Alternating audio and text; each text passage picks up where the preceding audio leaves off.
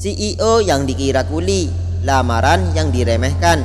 Nanang adalah pria sederhana yang tinggal di sebuah kontrakan kecil di pinggiran kota. Setiap hari ia mengenakan pakaian biasa, kaos lusuh, celana jin belel, dan sendal jepit.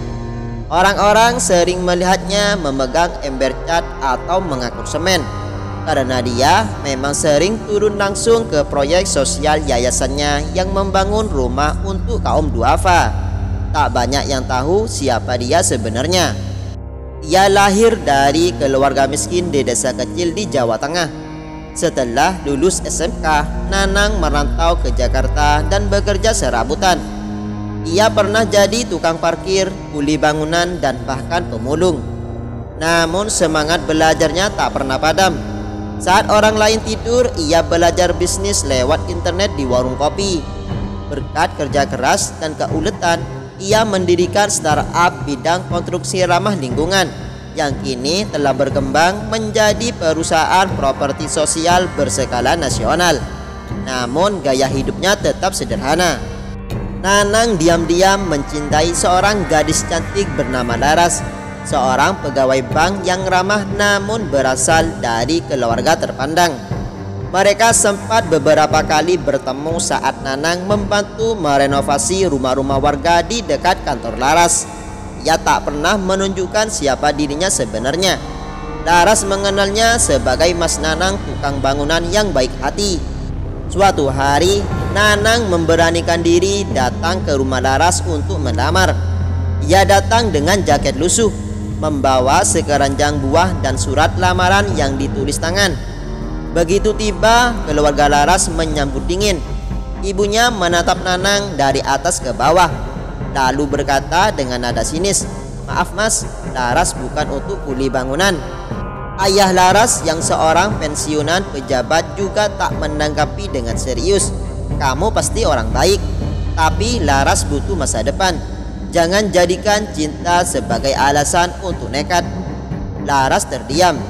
Ia sebenarnya menyukai Nanang, tapi ia juga kaget pria itu melamar dengan cara sederhana seperti itu. Ia belum tahu siapa Nanang sesungguhnya. Nanang hanya tersenyum. Ia tak marah, tak membela diri. Ia berdiri, membungkuk sopan dan berkata, "Terima kasih atas waktunya. Mungkin belum rezeki saya hari ini." Ia lalu pergi tanpa mengucapkan sepatah kata pun tentang siapa dirinya. Namun cerita ini belum berakhir. Seminggu setelah kejadian lamaran yang diremehkan, Laras merasa gelisah. Ia terus memikirkan Nanang. Wajah tulus pria itu dan caranya menunduk penuh hormat tak bisa hilang dari benaknya. Ada sesuatu yang membuatnya merasa bersalah. Bukan karena Nanang miskin, tapi karena ia membiarkan keluarganya merendahkan pria yang jelas-jelas datang niat baik. Suatu pagi, Laras menerima sebuah amplop putih di mejanya di kantor. Tidak ada nama pengirim, hanya tulisan tangan halus, "Untuk Laras undangan." Saat dibuka, ia terkejut. Di dalamnya adalah undangan peresmian kantor pusat PT Rumah Asa Nusantara, sebuah perusahaan properti sosial yang baru ia dengar, tapi pernah melihat logo dan slogannya di beberapa proyek pembangunan rumah murah. Lokasinya di kawasan elit Sudirman, Jakarta. Yang mengejutkan, pada bagian akhir undangan tertulis, "Hormat kami, Muhammad Nanang, CEO dan founder PT Rumah Asa Nusantara." Laras tercengang. Ia membacanya berulang-ulang. Nanang, CEO. Tak menunggu lama, ia langsung membuka situs resmi perusahaan itu. Di halaman "Tentang kami" terpampang foto Nanang dengan setelan cas, tersenyum tenang. Di sana tertulis kisah perjuangannya dari nol, dari pemulung hingga membangun perusahaan yang kini telah membantu membangun lebih dari 3.000 rumah untuk masyarakat kurang mampu. Tubuh Laras gemetar. Ia merasa tertampar, bukan karena Nanang menyembunyikan identitasnya, tapi karena ia dan keluarganya telah menilai seseorang hanya dari penampilan. Dadanya sesak dan air mata mulai menggenang. Hari peresmian pun tiba. Gedung itu megah namun penuh nuansa kemanusiaan. Di dinding tergantung foto-foto warga miskin yang kini tersenyum bahagia di rumah baru mereka.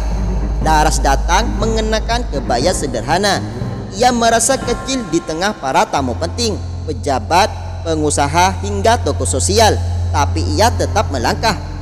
Saat acara dimulai, Nanang naik ke panggung. Ia masih pria sederhana, namun kini mengenakan jas hitam elegan. Suaranya tetap lembut. Saya pernah ditertawakan karena melamar dengan sekeranjang buah dan surat tulis tangan. Tapi saya tidak marah, karena saya paham kadang orang belum sempat mengenal kita lebih dalam. Yang penting adalah kita tetap melangkah dengan niat baik dan kerja nyata. Laras menunduk. Ia tahu kalimat itu ditujukan padanya, tapi bukan sebagai sindiran, justru sebagai pelajaran. Setelah acara, mereka bertemu untuk pertama kalinya setelah lamaran ditolak. Laras menatap Nanang dengan mata berkaca-kaca. "Maafkan aku Nanang, aku salah menilai." Nanang tersenyum. "Kamu tidak salah, hanya belum sempat tahu. Tapi kalau masih mau mengenal aku, pintunya masih terbuka." Setelah acara peresmian kantor pusat PT Rumah Asa Nusantara, hubungan Nanang dan Laras perlahan membaik. Mereka kembali menjalin komunikasi, namun kali ini dengan sikap yang berbeda. Laras lebih banyak mendengar, belajar memahami siapa Nanang sebenarnya. Sementara Nanang tetap menjadi dirinya, rendah hati, bijaksana, dan tak pernah menyombongkan apapun. Suatu sore, Laras memberanikan diri mengajak Nanang bertemu orang tuanya lagi. "Aku ingin mereka tahu siapa kamu sebenarnya, tapi bukan karena harta atau jabatan, tapi karena kebaikan dan ketulusanmu." Nanang tersenyum kecil. "Aku siap, tapi jangan berharap mereka langsung berubah. Kadang butuh waktu untuk menerima yang dulu mereka tolak." Hari itu pun tiba. Laras memperkenalkan kembali Nanang di hadapan kedua orang tuanya. Ini pria itu datang dengan kemeja putih bersih, celana kain, dan sopan santun yang tak berubah. Tapi kali ini ayah dan ibu Laras sudah tahu siapa dia. Berita tentang perusahaannya sempat masuk media, dan nama Nanang menjadi inspirasi di dunia sosial bisnis. Namun alih-alih langsung diterima, sang ayah mengajukan satu syarat berat. "Kalau kamu benar-benar niat serius menikahi Laras, buktikan dulu. Kami tidak ingin Laras hidup di dunia yang hanya penuh sorotan kamera dan pujian. Kami ingin dia hidup dengan pria yang kuat dalam cobaan. Karena hidup rumah tangga tak selalu tentang pencapaian, tapi tentang kesetiaan dan tahan uji." Beberapa minggu kemudian, cobaan itu benar-benar datang. Sebuah berita fitnah beredar di media lokal. CEO muda diduga selewengkan dana sosial. Foto Nanang terpampang di mana-mana. Narasi tersebut berasal dari pesaing bisnis yang iri, yang menyebarkan laporan palsu untuk menjatuhkan reputasinya. Media sosial pun ramai, reputasi Nanang goyah. Investor mulai ragu. Proyek-proyek sempat tertunda. Dalam hitungan hari, semua yang ia bangun bertahun-tahun hampir runtuh. Namun di tengah badai itu, Laras tetap di sampingnya. Ia menolak percaya pada tuduhan itu. "Aku kenal kamu. Aku tahu kamu tidak seperti itu. Dan kalau kamu butuh bantuan untuk membuktikannya, aku akan berdiri di depan, bukan di belakang." Dengan bantuan tim hukumnya, Nanang menghadapi kasus itu secara terbuka. Ia tak menghindar, justru mempersilahkan audit menyeluruh dilakukan oleh lembaga independen. Tak butuh waktu lama, kebenaran terungkap. Tuduhan itu terbukti palsu, dan pencemaran nama baik itu akhirnya dibongkar. Setelah badai reda, banyak orang yang dulu meragukannya kini justru semakin menghormatinya. Namun di antara semuanya, satu hal paling membahagiakan bagi Nanang adalah saat ayah Laras berkata dengan suara berat, "Kamu sudah membuktikan nak, bukan cuma layak sebagai pemimpin, tapi juga sebagai suami." Beberapa bulan setelah badai fitnah itu reda, hidup Nanang kembali tenang. Tapi ada satu hal yang belum ia capai, membangun rumah tangga bersama Laras, wanita yang tetap bertahan di sampingnya saat dunia mulai menjauh. Namun alih-alih menggelar pesta mewah di hotel bintang 5 seperti yang ditawarkan Laras, Nanang justru memilih tempat yang sangat sederhana. Sebuah rumah kecil yang dulu ia bangun dengan tangannya sendiri untuk seorang janda tua bernama Ibu Warsini di pinggiran Bekasi. Rumah itu kini sudah direnovasi oleh Yayasan Sosial Nanang menjadi tempat singgah sementara bagi keluarga duafa yang sedang membangun kehidupan baru. Nanang ingin tempat sakral itu menjadi saksi bahwa cinta sejati dibangun bukan di atas kemewahan, tapi di atas nilai dan perjuangan.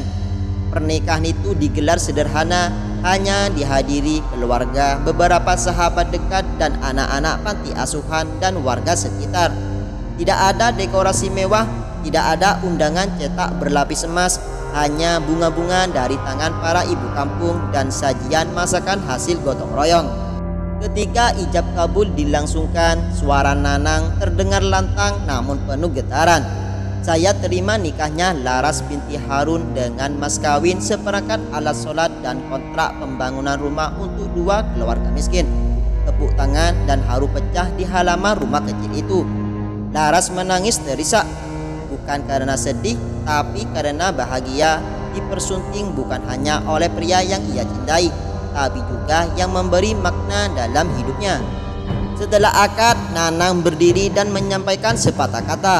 Rumah ini bukan megah, tapi rumah ini dulu jadi awal perubahan hidup seseorang.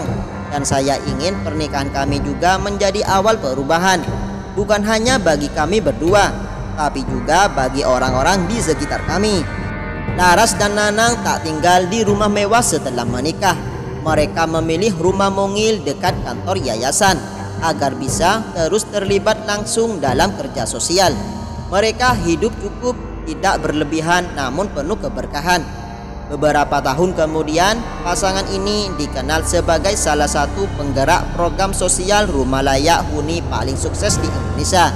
Tak hanya membangun rumah tapi juga membangun harapan. Dan kisah mereka menjadi bukti nyata bahwa jangan pernah menilai orang dari penampilan. Kadang yang terlihat sebagai kuli bangunan adalah CEO yang sedang membangun dunia.